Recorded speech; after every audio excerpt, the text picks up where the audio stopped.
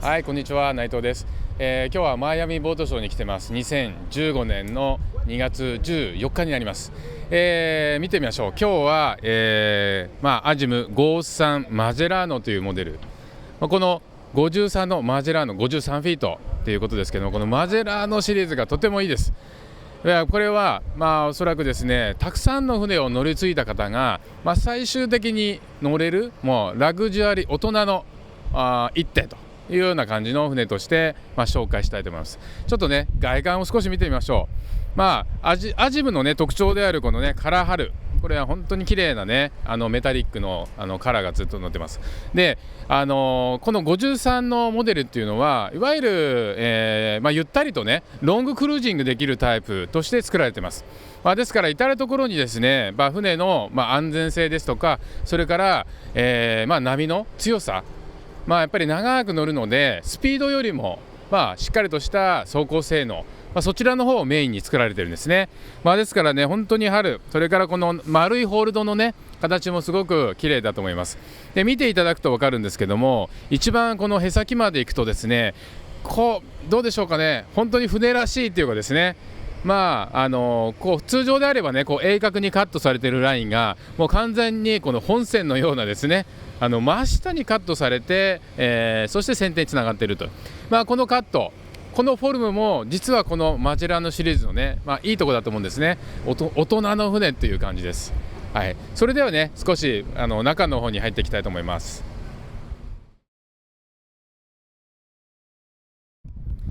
53マジェラーノの今ステップですね、アフターのステップに来ました。このステップ、もちろん今ここで線が区切れてますけれども、この下ステップがですね、リフトになってまして、下に沈むんですね。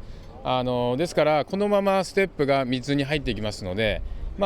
泳いだ後のね乗り降りだとか、あるいはねゴムボートをここで使った場合にすぐ乗せてからリフトアップすることができる。これもすごく使えますね。ちょっと中入る前に1箇所ちょっと見てみましょう。このシーキーパー、これはジャイロシステムですよね。ですからこのシーキーパーが働いていると船の揺れがほとんどありません。このねロングクルージングでこういった船を使う場合はもうシーキーパー今は必須です。もうほとんど揺れません。ピタって収まるっていうね、これはとても乗っちゃうともうこれはないといられない。じゃあここから中に入っていきたいと思います。2段のステップですね。2段のステップを上がっていただきます。こちらのですね、アフトデッキもこの字型になってます。で、このマジェラーノシリーズは、これもそうですね、シフト、で高さ調節ができますので、これを一番下まで行くとこのシートのフラットの位置まで下がりますので、完全に3ベッドとしても使うことができます。これもね、このぐらいの大きさになってくると手動では難しいので、もう電動シフトになってます。このモニター見ていただくと、番号を入れていただいて下げるとアップで、何箇所かのですね高さ調整ができるようになってます。これがそして、こちらもギャレー周りですけれども、やっぱりここも大事な点というのが、パーティースペースで一番使うことがとても多くなりますね。ですのでこのグリルがやっぱりついているということです。で、ここでお料理を作りながらゲストに、おもてなしをすると、これはすごい重要なところですよね。もう一箇所見ましょうね。こちら先ほどのグリルの下にはもう一箇所製氷機がついてますね。氷がスイッチ入れておくと氷がどんどんできてきます。氷はもうたくさん使うのでね、この製氷機は非常に有効に使えます。そしてちょっとこちら見ていただくと、こちらにも扉があります。で、これは何になっているかというと、こちら側は冷蔵庫になっています。このデッキ用の冷蔵庫です。もちろんサロンにはまた別の冷蔵庫がついてますので、サロンまで取りに行くんではなくて、このデッキでさっと取り出しができるようにもう1箇所ついている。ここはですね、扉を開けていただくと、やはりシンクですね。シンク、使う時だけこれをね上に上げていただくと、使わないときはね、綺麗に収納したいので見えないようになってます。で、もう一つここに扉がついてますが、これはですね、これも実は一番使うんじゃないでしょうかね。ここにゴミ袋を入れていただいて、蓋をしておくとですね、ここがちょっとしたゴミを入れるスペースなんですね。結構ね、ゴミを捨てる場所っていうのがないんです。でこういうものがついてると、ここにどんどん捨てて、ゴミをまた袋詰めてですね、置いといていただくと、いくらでもゴミをね捨てることができると。外にむき出しというよりはこういう形が一番いいですね。それではマジェラーノ53のキャビンの中入っていきたいと思います。53の特徴はですね、このギャレー周りが一番入り口に来てますね。これはギャレーが入り口にあることによって、このアフトデッキとのつながりも使いやすさのポイントとして、挙げられると思うんですね。ここにはね、ホットプレート、もちろんこれ3箇所ですね、ホットプレートがついてます。4箇所だ、4箇所ね、ホットプレートがついていて、でこの下にあるのが、電子レンジ、それからオーブン、これ両方使えるタイプのものですね。これも非常に一番使えるんじゃないでしょうか。そして、こちらを開いていただくと、こちらがシンクになってます。このシンクもね、使わないときはちゃんとフラットになるっていう、この辺がやっぱおしゃれなポイントの一つですよね。そして今ちょっとここにありますけれども、ここのものもねちょっとどかしていただくとですね、こちら側が収納スペース、結構お鍋ですとかね、この辺なんかも、しまっておく場所がないとかですね、そういうのもあるんですが、こういったデッドスペースをうまく使ってきれいにこう保管収納ができるようになっています。これはやっぱりロングクルージングでもう本当に家の別荘としてですね、あちこちね、例えば日本でしたら日本一周するとか、そういった形で毎日使うギャレー周りなので、この収納スペースって重要ですよね。でこちら側はですね、このね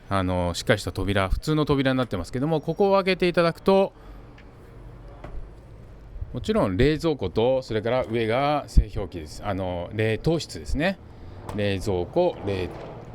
今お水がねしっかり入ってますけど、本当に家庭で普通に使うぐらいの大きな冷蔵庫になってます。このぐらいはねロングクルーズの船にとっては必要なスペースになってきます。そしてですね、こちらのスペース少し見ていきたいと思うんですが、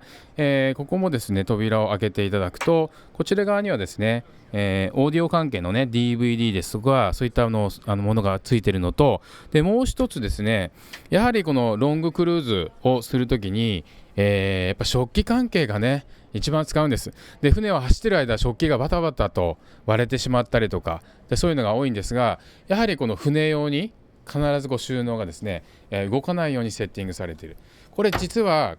これがあるなしでは大きな違いあります。そしてこの下も見てみましょうか。ありがたいですね。コップもだから一個一個がねしっかりと割れないように独立しているので、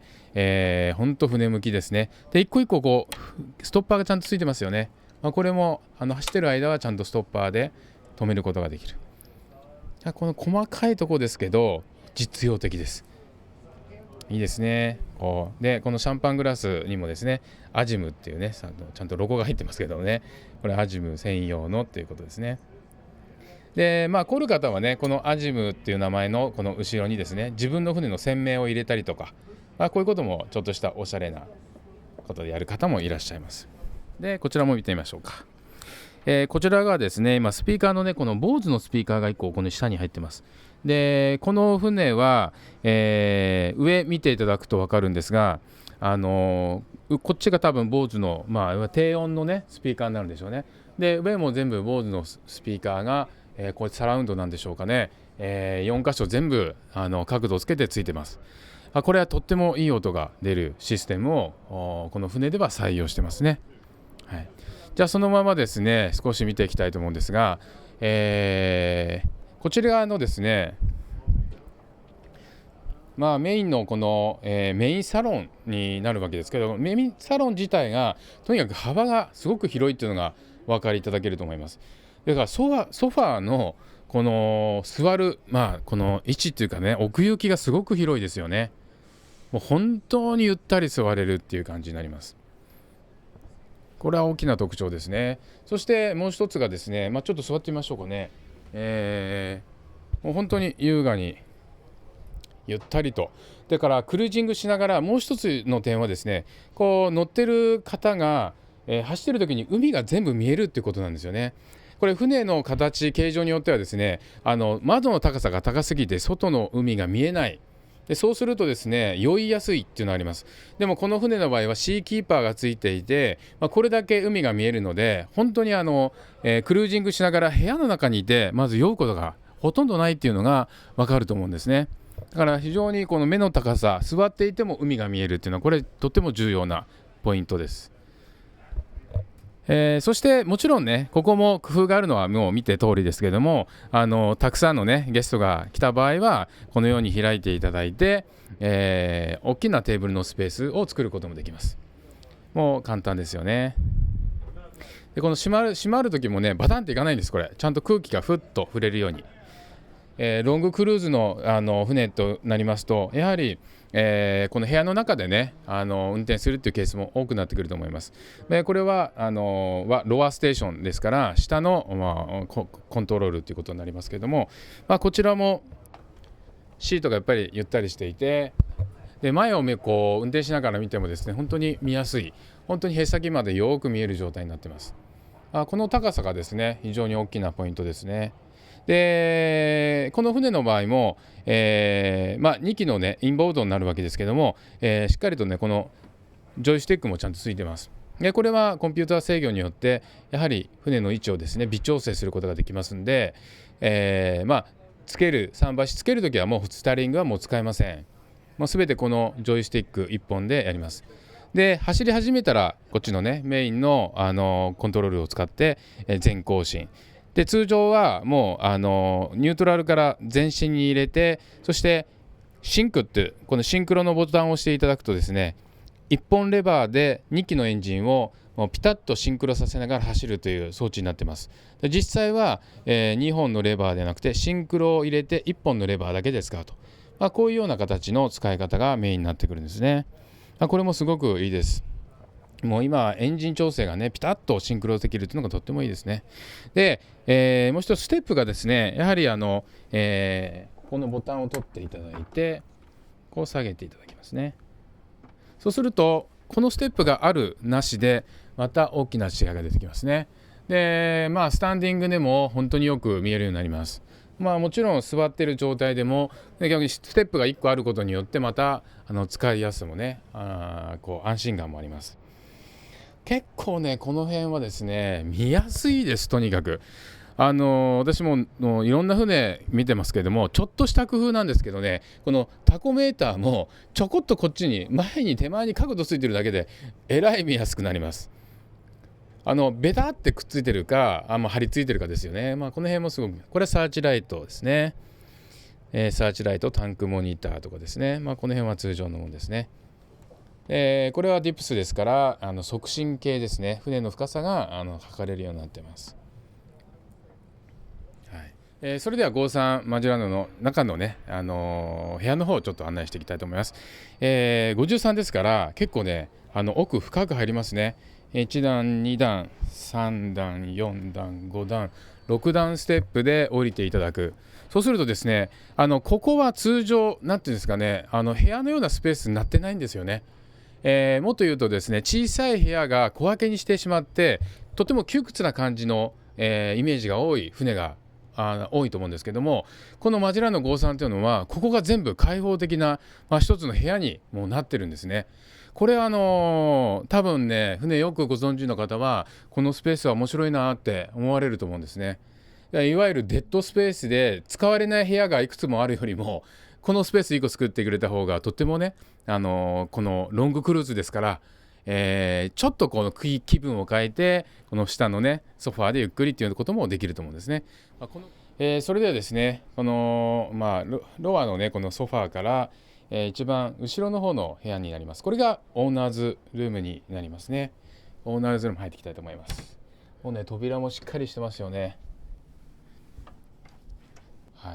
で入っていただくとですね、すごくやっぱりこう53フィートならではで広いですよね。とてもオーナーズルームが広いです。でベッドの高さもですね結構低めにできているのでこれも実用的なんですよね。この高さはね一番寝やすいんじゃないでしょうかね。でこちらはですね、クローゼットですから、いろんなものをですね収納できるものになっています。今はまだ何も入ってません。そしてオーナー専用の、こちらがトイレとシャワールームになります。でこちらもですね、広いんですよね。入っていただいて、このシンク周りもですね、これはね天然の大理石を使って、シンクが出来上がってます。とてもおしゃれです。でこちら側がこのシャワールームになりますね。でこういう形でなりますけれども、このシャワールームもですね、本当背も高いっていうことと、でもう一つがですね、ここがですねステップの下がちゃんと溝が切ってあるんですね。で実はほとんどの船がこういう溝を切ってなくて、直に排水溝が見えてる船がとても多いんですよ。でこの船の場合はそういうのがなくて、すごくおしゃれに作られている。ここもねちょっとしたアイデアですよね。とてもいいと思います。で反対側がトイレになります。ですからトイレとシャワールームがね全部同通になっているので、これもね日本ですとやっぱりウォシュレットみたいなタイプの、便器に変えられるといいと思うんですね。で高さもね本当に、使いやすい高さ、本当この高さはねいいと思います。一番使いやすいと思いますね。はい、で今ブラインド閉めてますけれども、やっぱりここもですね、光を取り入れるとこの中もすごく明るくなるということですね。でちょっとしたね空気の入れ替えもできるように必ずハッチもついてます。ここもポイントになります。はい、それではですね、じゃあオーナーズルームから前のキャビンの方に入っていきたいと思います。ちょうどオーナーズルーム抜けてすぐこの入り口のところにですね、ここにもランドリーがついてます。でこのランドリーもですねやっぱりロングクルージングにはもう必須になります。もうほとんど2、3ヶ月ねずっと船で住むということになると、洗濯っていうのがもう欠かせません。でもちろんこれ乾燥機まで全部ついてますので、1回でね綺麗に使えることができる。これがないとですねロングクルーズはできないですよね。じゃあこのままですね、部屋に入っていきたいと思いますが、先ほどもちょっと触れたんですが、この部屋もう一箇所ねポイント見てみましょうかね。こういうねダウンライトですとかこの間接照明がすごく綺麗に作られてるんですよね。これ今昼間ですからあんまりねその違いがわからないんですが、これ夜になるとこの間接照明がすごく生きてくるっていうのがわかると思います。いずれ夜また取材もねしてみたいと思ってます。はい、それではマジェラーノ53のですね V バースちょっと見ていきたいと思います。前のバースこう入っていただくとですねやはりパッと印象ですけれども、やっぱり空間が広い。で V バースのこのベッドから天井までのこの高さがですね非常に高いので、寝てる時の圧迫感が本当にないですよね。もちろんこのねガラスなんかもね映り込みがありますけども、これも逆に言うとね部屋を広くする効果もあります。そして必ずどの部屋にも丸いハッチがついてます。これも開放できますので、やっぱり空気の入れ替えしたい時ってあるんですよね船。それがすぐできるように両サイドにこのハッチがついてます。そして、どの部屋にもね必ずこのテレビはついてます。日本ではこれ全部日本製にね、変えるか、大きさを変えることもできますし、これはね国内でいくらでも調整可能です。でもう一つですね、ちょっとおしゃれなね作りのものがここにありますけども、これなんかもね言ってみれば普通の収納スペースなんです。ところが、ちょっとしたこういう工夫でねなんかおもちゃ箱みたいなね宝箱を開けるような、こういうものも作ったりもできます。で反対側見てみると今度は同じものがあるんではなくて、やっぱりこのねソファーがこちらにもあると、これもねちょっとした工夫なんですけど本当におしゃれにできてますね。はい。そしてこのゲストルームから、専用のこのシャワールーム、そしてトイレというのがこちらの入り口になります。はい。それではですねこのシャワールームを見ていきたいと思います。これはV バースの方からも入れる扉で、もう一箇所ですね、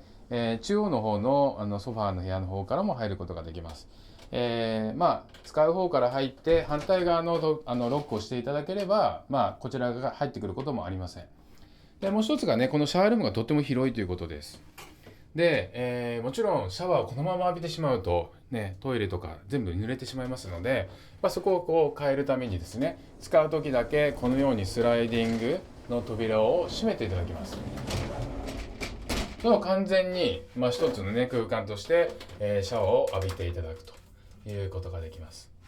で使い終わると全部ここの溝が切ってありますので、この下にちゃんと水が流れるようになってます。でこの排水口がちゃんと見えないような仕組みになってるんですね。でこれもとってもおしゃれな作りになってます。もう一回じゃあちょっとね上げてみます。じゃあマジェラーノ53のフライブリッジにかかっていきたいと思います。ステップが非常にね上がりやすいですよね。1段2段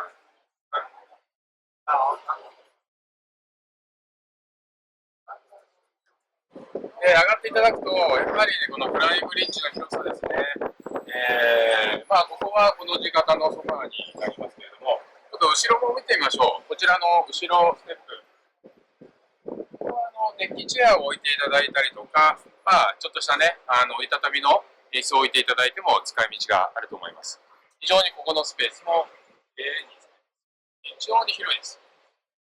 でこの船の場合ここにシャワーついてます。でここでシャワー浴びていただきますね。そうすると当然水はこう流れるわけですけど、ここ特徴ありますね。このデッキはよーく見ていただくと両サイドにずーっと斜めにカットされていて高さが変わってます。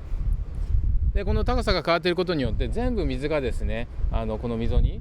入っていくように作られてますから、水切りがすごくよく設計されてます。こういうのもちょっと考えないと、これ使った時この辺水だらけ、水浸しということがないようにちゃんと傾斜がつけられている、この辺なんかもちょっとしたアイデアですけど工夫がなされているということですね。ここちょっと特徴ありますね、このボックス。ここは何が入っているかというと、開いていただくとやはり一番、使いやすいこのグリルですよね。電気のグリルが入ってます。でこうシンクですね、シンクがついてます。でこの2つはですねやっぱりフライブリッジの特徴としてはね必要なアイテムの一つになってます。でこの扉実はここ今、開けていただくと収納スペースになってるんですね。でこの収納スペースは絶対的に必要なんです。今カバーが置いてありますけれども、このフライブリッジも使わないときはカバーしてます。ソファーも全部カバーをかけるんですけども、このカバーをしまう場所っていうのが意外になくて皆さん困るんですね。でこのぐらいやっぱスペースがあった方がいいです。もちろんこのスペースをうまく利用して冷蔵庫をつけることも当然できます。でこの船はこちらと独立して別の場所に冷蔵庫をねつけてるんですね。でその冷蔵庫の位置がこちら側のね位置になります。これすごいですね。これは、冷蔵庫と冷凍庫になりますね。これはね、だからオプションでつけることも後からつけることも可能です。でもう一つこちらに扉があります。でこの扉を開けていただくと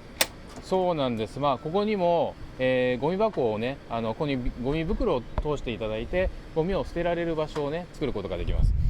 これも結構どっかのこの手すりにゴミ袋を吊るしてそこにゴミを捨てるとかおしゃれじゃない使い方になってしまう。これをしっかりと最初からついてるってことですね。ちょっとしたことですけど重要なポイントです。それではですねこのフライブリッジの運転席ちょっと見ていきたいと思います。このね、モニターがね本当大きいですよね。これレイマーリンを使ってますけれども、これ日本では別にフルのでも結構です、光電でも結構です。オーナーさんの使いやすいパネルをねここに設置していきます。そしてこの打輪がねやっぱりこのロングクルーズ、のならではのねこの大きな打輪、これをなんか味がありますよね。これをねステアリングもねなんか変えてもいいかなっていう一瞬思ったりもするんですけども、これもいいと思うんですね。そしてこの辺が全部タコメーターとか水温計水圧計がすぐ見えるようになってます。そして運転席のこの、レバーの方は、これも2機掛けのインボードですので、これで使うんですが、実際には、船をね着岸するときはこのジョイスティックを使うことになります。自分が本当に行きたい方向にこう押していただくだけで斜めでも横でも後ろでも、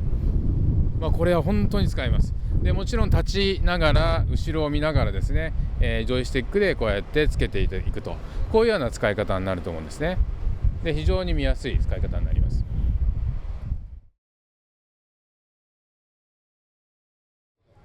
じゃあこのバウの、スペースも入っていきたいと思います。じゃあサイドデッキですね、こう入っていただきますね。これちょっと分かるんですが、ここの、板の中に、給油の口があるんですよね。で給油口がこうちゃんと隠れてるっていうのがねとってもいいです。でチークで全部張り巡らされてますから、そしてこの幅が広いですよね。幅がとっても広いです。この手すりもですね、どうでしょうかね、本当に持ちやすいスペースで太くなってます。でこのクリートなんかもですね、こうしまえるようなタイプのクリートになってます。使わないときはこういう状態です。使うときだけ出していただく。これもすごくおしゃれでかっこいいですよね。でこのまま前の方に行きたいと思います。でこのまま前の方に行くと、ここにも一つね、収納スペースがあります。これも大きな収納スペースですね。実はここもカバーを入れたりとか、このデッキのね、シートのカバーを入れたりするスペースとして、これも実は必須なんですね。でこのまま入っていきたいと思います。アジム53のやっぱ特徴は、この、前のデッキのソファーの広さですよね。もうこれは本当に広いです。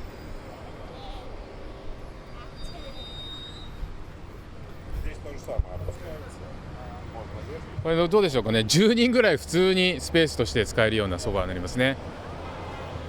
でこれは運転してロングクルーズするときにはこのスペースはすごくいいんじゃないでしょうか。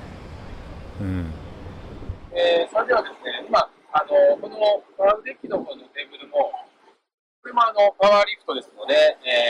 電動で下に下がります。ちょっとここ前面がですね、3パットになりますから、とっても広い3パットになります。そして当然ここ走ってるときはこんな状態ですけども、しまうときはね、必ずカバーをつけます。でこのカバーをしまうスペースが必ずついてます。これも非常に重要です。これがないとですね、本当にこれをしまう場所が大変になります。そして、もう一つ特徴は、この中ですね、こちら側もウィンドロスがついていて、光がこの中から下がるようなタイプになってるんですね。で、アップとダウンのウィンドロスのスイッチが全部ついてますね。こちらですね。でこれ踏んだときに誤作動しないようにこうカバーがついてるってことなんですね。これがないとですね、こう踏んじゃうとみんな押して下ろしちゃったりアップしたりとか、知らない人が踏んでしまいます。でこちら側も、チェーンロッカーになってるんですけど、このダイヤルもですね、フラットになるように隠れてるんですね。でこう開けていただくとチェーン。でこのチェーンロッカーはやっぱりこうやって見えるようになっていないと、いざという時にこのチェーンがね絡んでしまってチェーンが降りないって言った時にパッとこう調整できるようにこのチェーンロッカーがすぐ見える状態になっている。これとっても重要なんですね。これが部屋の中からしかできないんだと。それでは最後の1箇所、エンジンルームの場所ですね。でエンジンルームはここから入ります。ちょうどですね、ここのダイヤルを引っ張っていただくと、ここがエンジンルームになりますね。カミンズのエンジンが2機乗っかってます。そして手前側が、これ発電機になりますね。でこの発電機はね、これはかなり大きな、コーラーの発電機が入ってます。ちょっとね下がってみたいと思いますね。そうですね、このサウンドシールドがついた発電機なので、このままエンジンが動いていてもこれすごく静かな発電機ということになります。でとてもエンジンルームが広いので、メンテナンスはしやすいですね。非常にしやすいと思います。